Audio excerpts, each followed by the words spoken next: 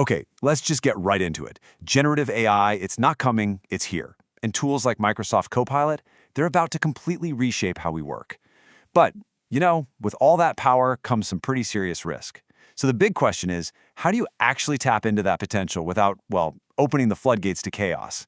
We're going to dive into a really practical governance framework for bringing Copilot into your world safely and, more importantly, strategically. And just so we're all on the same page, this is part 6 of our 10-part introduction to Microsoft Copilot. All the material we're covering today comes straight from a guide by Virtualization Options LLC. And our focus for this session is squarely on governance. Honestly, it's one of the most critical conversations for any leader looking at this technology right now. So here's what we've got on tap. We're going to start with why this is so incredibly important. Then we'll look at the brand new threats AI brings to the table. After that, we'll introduce a solution I really like called zoned governance.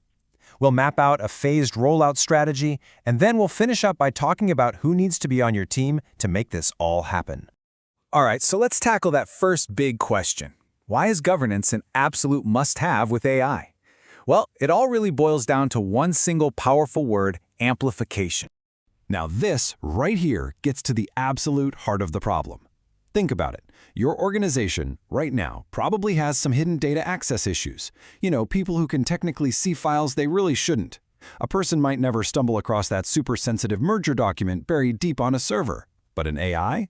An AI that's told to summarize everything on a topic? It absolutely could find it. And just like that, it turns these dormant, forgotten risks into very active, very real ones. And this is the bottom line. What used to be a tiny, forgotten permission setting, a minor oversight, can, in an instant, become a massive, enterprise-wide data leak the second you plug in an AI. The stakes just get so much higher. Okay, so building on that, it's not just about old risks getting bigger. AI is introducing a whole new category of security challenges, things your traditional firewalls and security protocols were just never built to handle. Just take a look at some of these. Prompt injection is, it's kind of like a Jedi mind trick for an AI. You're basically convincing it to just ignore its own safety rules. Data poisoning is really sneaky. That's where attackers secretly feed the AI bad information, so it starts spitting out harmful or incorrect answers.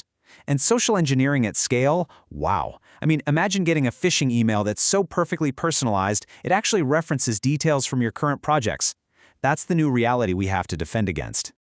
All right, so we've laid out the problem pretty clearly. Now, let's pivot and talk about the solution. How do we get a handle on this? What we need is a framework that helps us balance that incredible drive for innovation with the absolute need for control. And this, right here, is the strategic tightrope every leader is walking. If you lock things down too much, you kill the very productivity and creativity you are hoping for. But if you're too loose with the rules, you're basically inviting a disaster.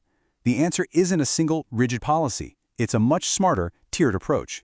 And this is that approach. It's called the zoned governance model. It's a beautifully simple but really powerful idea. Instead of a one-size-fits-all rulebook, you create 3 distinct zones based on risk. Zone 3 is your sandbox for low-risk experimentation. Zone 2 is for more structured tools that departments might build. And Zone 1, that's for the high-stakes, enterprise-level stuff. Let's break each one down real quick.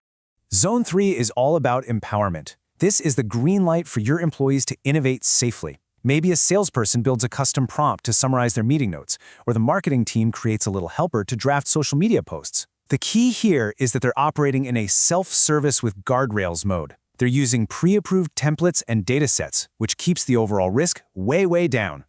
Now, Zone 2, this is the middle ground.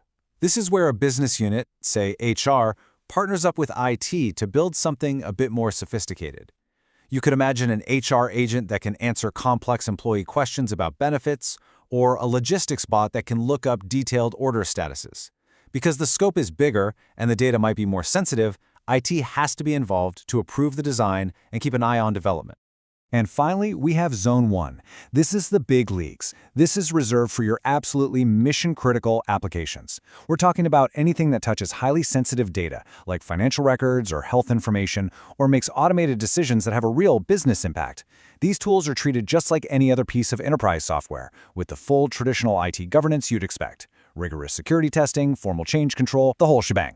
Highest risk, highest level of control. It's that simple. So that's the what. That's the zoned governance framework. But, a framework on a slide is just a theory. We need to talk about the how. How do you actually bring this to life in your organization? The key is to avoid a big bang. Don't just flip a switch for everyone. Instead, you roll it out in very deliberate, manageable phases. You always start small. Phase 1 is your executive pilot. You give Copilot to your leadership team and a handful of known tech enthusiasts. They'll give you amazing feedback, and just as importantly, they'll become your internal champions. Then, in Phase 2, you expand out to a few specific departments. This lets you see how different teams, like finance versus sales, actually use the tool in the real world. And only after you've learned from those stages and have your full support and governance structure locked in place, then you move to Phase 3, the full enterprise rollout. It's a smart way to make sure the technology never outpaces your ability to manage it. This brings us to our final, and you could argue the most important piece of this entire puzzle. A successful AI adoption isn't an IT project. Let me say that again. It is not an IT project. It's a business transformation. And that means it requires a true partnership from across the entire organization. You need all of these voices at the table. Of course, IT is going to handle the technical side, but security has to be there to assess the risk. Legal needs to make sure you're compliant. Your business units are absolutely critical for figuring out where this tool can actually create value. HR has to manage the change and the training, and your communications team needs to make sure everyone knows what's happening and why. Seriously, without this coalition, any AI initiative is likely to stumble. And this really just pulls it all together perfectly. True success with Copilot or any AI tool isn't just about switching on the cool new technology.